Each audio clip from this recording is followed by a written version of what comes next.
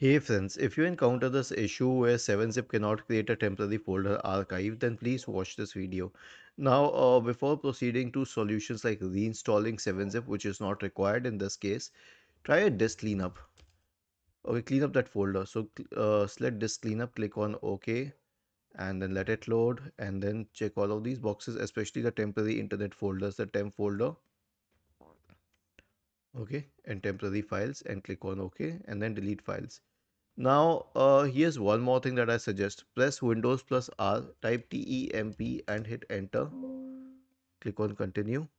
Select all of these files, delete, skip, and restart your computer and the problem should be fixed. Was this helpful? If yes, then please subscribe to the channel. If not, then let us know in the comment section of the video on how we could help you further. Thank you for watching this video and have a nice day.